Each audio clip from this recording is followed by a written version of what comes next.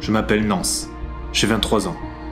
Depuis janvier 2023, j'ai décidé de changer de vie en partant en Amérique du Sud. Le but, arpenter les pays pour réaliser des reportages et des vlogs. Dans mes vidéos, je souhaite faire passer mes réflexions, mes émotions, les informations que je récolte au travers d'images, de musique, de regards, de voix, de paysages, de rencontres, de silence. Sur les traces de nos ancêtres colons européens, je découvre cette terre aux mille et une merveilles. Cette aventure, c'est une nouvelle vie pour moi, une nouvelle réalité, un nouveau monde.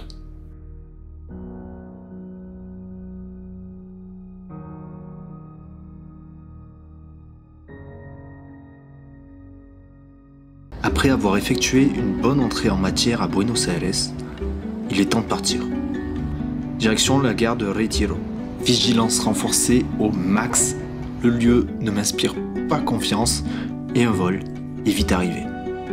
Le trajet va être long, et je vais le faire en grande partie de nuit. Je traverse les estancias de Gaucho, des plaines bovines à perte de vue, une quantité de troupeaux de vaches, à ne pas en croire ses yeux.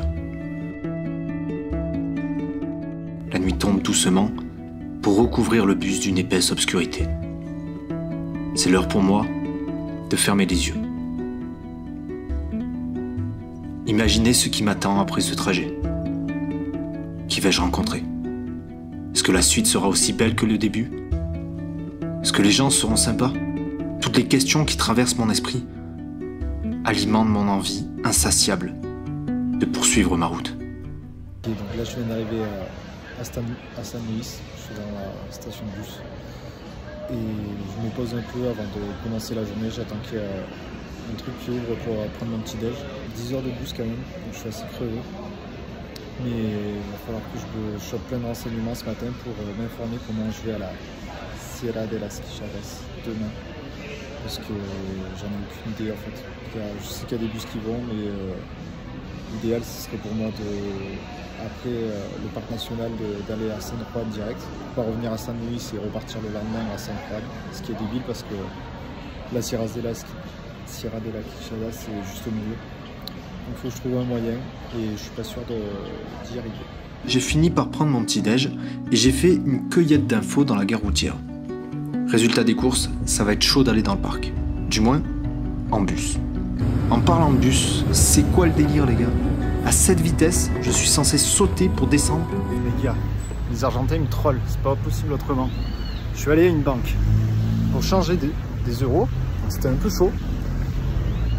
Mais le gars au début il me dit non. Il me dit va dans un casino. Dans le casino, il me dit non.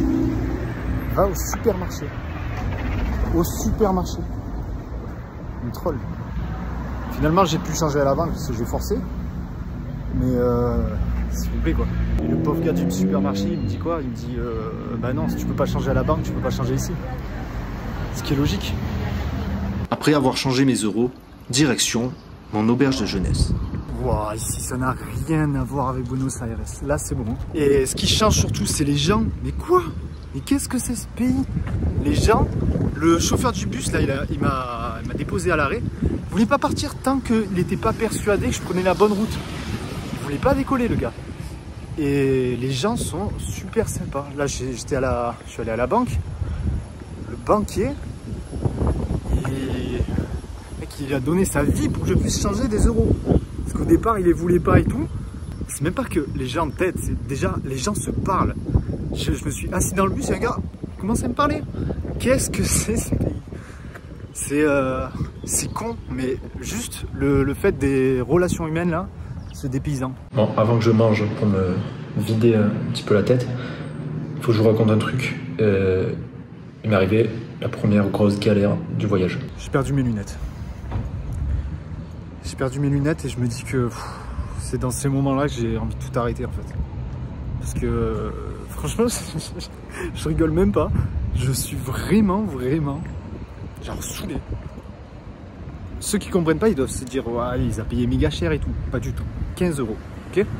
Mais les gens qui me connaissent savent que moi et les lunettes, ça fait qu'un quoi. Mais là j'ai perdu mes lunettes pour le voyage, donc déjà je suis en train de me cramer les yeux. Et putain, hors blague, j'ai envie de frapper un truc. Pas un argentin parce que c'est des... ils sont locaux, ils vont me défoncer.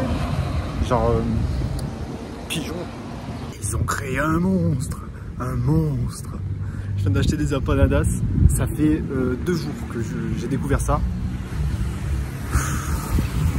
C'est énorme. C'est énorme. Je fais que bouffer ça depuis 2 jours. Donc voilà, je vais bien me farcir le bide, être bien lourd. Et après cet après-midi, je vais faire une rando avec une calor d'Helios. Je pense que je vais attendre un peu la fin d'après-midi parce que j'ai une montagne à gravir gavée d'empanadas.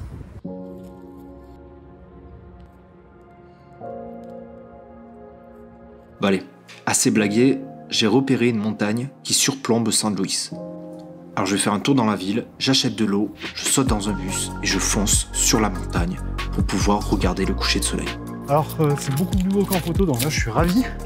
Par contre, je suis parti un petit peu plus tard pour changer. Et donc du coup, j'ai exactement 1 heure pour monter. La rando est censée prendre 1 heure et le coucher de soleil est dans 1 heure. La randonnée est facile, mais l'ascension est éprouvante parce que j'ai décidé de prendre une allure de cabri.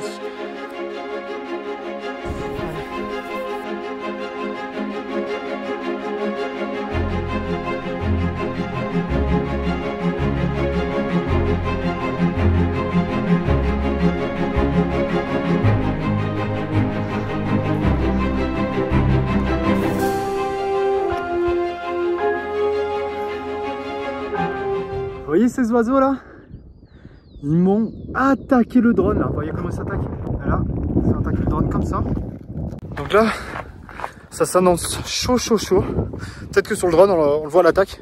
Là, clairement, dans la vallée, là, c'est dommage parce que c'est tellement beau. Putain, je suis dégoûté. Regardez, là, il y a le soleil. Là, il y a la vallée. Il y avait un plan de malade à faire. Donc, pas de plan, impossible. Là. Vraiment, ils étaient hyper agressifs. Je les ai fait voler, genre, même pas 1 minute. Et ils étaient 3 dessus. Je sais même pas pourquoi ils l'ont pas touché. Donc là, inquiétant. Il y avait deux Argentins qui montrent un cloporte. Ils me disent regarde comme c'est mignon et tout. Je suis là, ouais, c'est un cloporte. Il me dit c'est vénéneux. Hein? C'est vénéneux? Si, non, toc. Hein. Comme quoi, faut vraiment que je me dise que putain, je suis pas en France. Le moins de petits trucs, ça peut te niquer la gueule. Vraiment. Même s'il y a plein de similitudes avec la France, vraiment je suis... What the fuck? Je suis sur la même latitude que le Cap en Afrique du Sud. Donc vraiment, je ne suis pas dans le même monde. Faut que je fasse gaffe. Cette ascension symbolise quelque chose pour moi. Une marche vers l'inattendu. Quand je suis parti pour faire cette rando, j'avais vu des photos qui ne mettaient pas le lieu en valeur. Je ne m'attendais pas à voir de si belles choses. Quand j'ai commencé à courir dans cette pente, je ne pensais pas non plus rencontrer les 2 Argentins avec qui j'ai discuté durant toute l'ascension.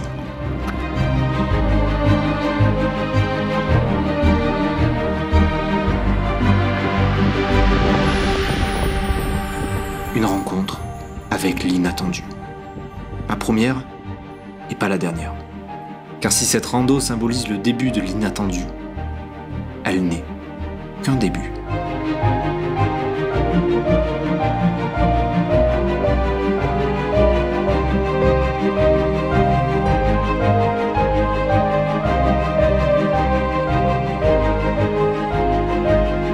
La nappe obscure de la nuit vient s'affaler sur les montagnes. La lumière de la ville s'allume, au même rythme que celle des cieux s'éteint. Je patiente. J'attends le dernier sourire du soleil. J'imagine ses prochains rendez-vous avec le reste du monde. Quant à moi, je dois désormais descendre. Et c'est pas gagné. Je suis pas méga rassuré. Je connais pas la faune en fait. J'ai peur de tomber sur une merde et tout. On fait bader les autres avec leurs cloportes vénineux là. Enfin bref, du coup là on est à 1200 mètres. What the fuck? Mais il y a des oiseaux partout. Est-ce que vous voyez ce putain de point rouge là? Oh. Vous voyez? What the fuck, ça fait bader. Il y a des oiseaux par terre, dis-moi, c'est un oiseau. Oh, Coco. Oh mec. What the fuck, mais qu'est-ce que c'est? Je le connais? Ah putain, ça me putain. Il y a une faune là que je connais pas du tout. Donc j'avoue que dans les Cévennes, j'en ai un peu rien à taper, tu vois. Mais Saint-Louis, c'est pas la même. Là, ah, je l'ai, vous voyez, ça c'est le cloporte venimeux. Donc, pas touché.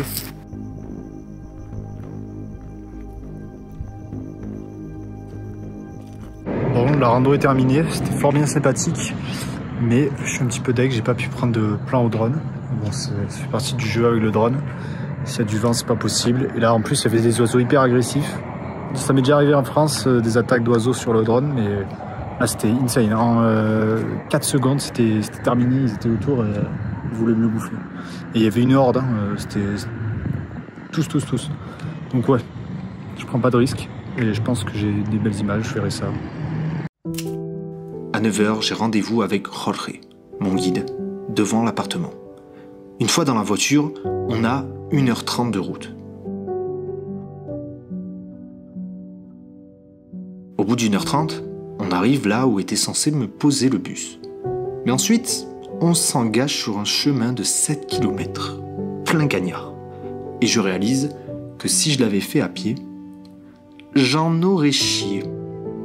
J'ai pris un guide, je pense que ça va être mieux, parce que là je me rends compte que en fait, il fait 40 degrés, déjà le matin, et que ça peut monter à 45 dans l'après-midi. À partir de 11h, il y a des sentiers qui ferment, et je me rends compte qu'il y a 6 km qu'on a fait en voiture dans le parc, que j'aurais dû faire à pied si j'avais pas eu de guide. Et bon, quand on est mis au milieu de tout ça, on se dit que j'ai payé 70 €. C'est pas forcément hyper cher payé parce qu'il y a 3 heures de voiture inclus, plus toutes les commodités que ça me donne, quoi. Entre esos andaba Bairoleto, Martínez Chapanay, Santos Guayama, los famosos de la canción de León Gieco, los bandidos rurales. Andaban acá, robaban la carretera, se metían para allá al fondo y para aquellos lados fainaban los animales. Y no los encontraba nadie. Y después lo único que aparecían era la osamenta que quedaba después de los asados. Esa osamenta era lo que la gente del lugar, los criollos de la zona, le llamaban quijadas. A todo eso que quedaba. Hueso, carne, cuero, brasa, leña, eso era la quijada. Actualmente la quijada es únicamente la mandíbula inferior, ¿sí? Pero en aquel tiempo no. La quijada era todo lo que quedaba después de los asados.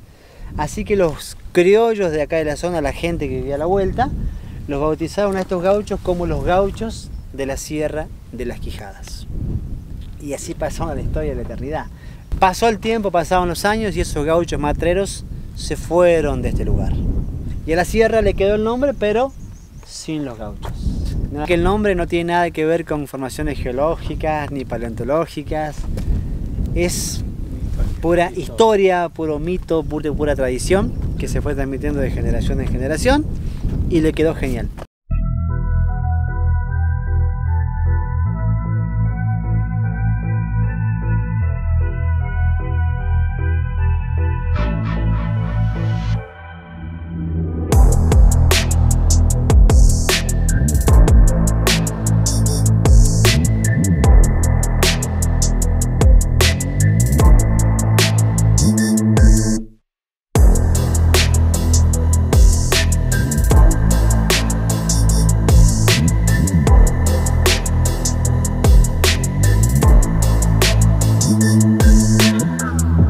Au moment de ma visite, la Sierra de las Quijadas est dans sa période blanche. Si l'on compare avec d'autres photos, le paysage est normalement beaucoup plus rouge. Ceci est dû à une augmentation des précipitations depuis 10 ans. Mais au moment de ma visite, le phénomène est accentué par les pluies qui sont tombées il y a quelques jours. Si cette chaîne de montagnes blanchit, C'est parce que la roche, naturellement rouge, du fait de sa concentration en fer, est aussi gorgée de sel. Lorsqu'il pleut, l'eau pénètre dans la roche et fait sortir le sel qui blanchit le paysage.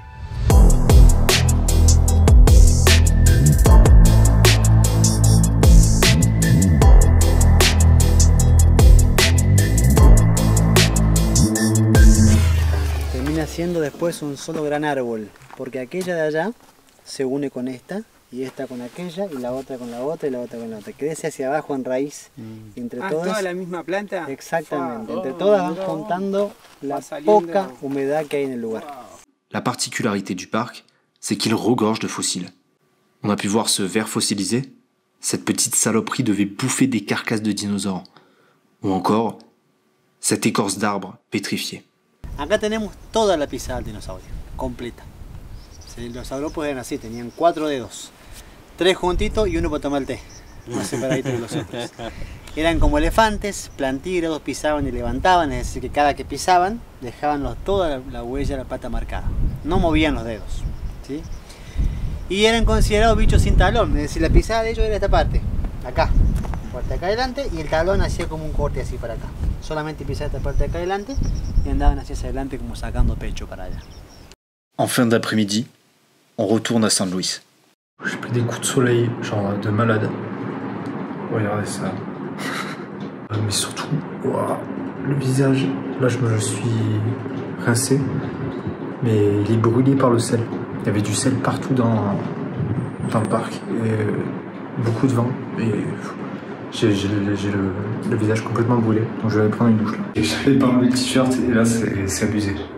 Abusé. J'ai jamais eu ça. Crème solaire. Donc pour vous faire un topo, le fait d'être allé à la Sierra de las Quichadas aujourd'hui m'a dissuadé en quelque sorte d'aller au parc national Ixigualasto, parce que on m'a dit fais attention, c'est la pire saison pour y aller, c'est un four, es un horno. Apparemment il fait 50 degrés la journée. 50 degrés, t'as beau avoir toute la bonne volonté du monde, à un moment donné physiquement c'est très compliqué. Je suis pas véhiculé, il va falloir que je paye un guide en plus, et je suis pas non plus sans option. Donc là, il y a un endroit que je veux voir absolument. Je vais pas vous le dire, vous allez le voir, mais en gros, tout ce qu'ils proposaient sur internet, c'était des trucs à 40 000 pesos ou 60 000 pesos. Donc j'allais débourser 300 € pour le faire.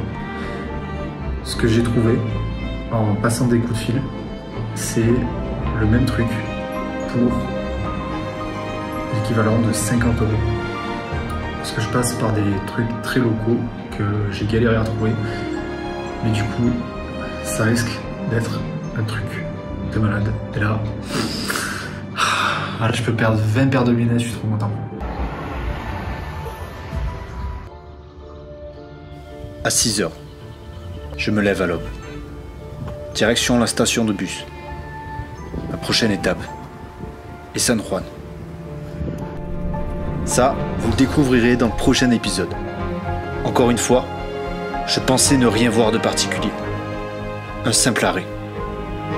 Mais ce que j'ai rencontré avait une toute autre allure. Une allure d'exception.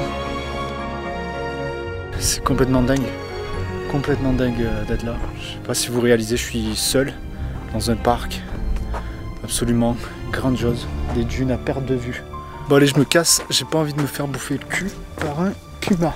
Parce que ça paraît rien derrière votre écran, mais je vous jure que quand vous êtes dans ces dunes qui ont la même couleur que les pumas, que vous savez qu'il y en a,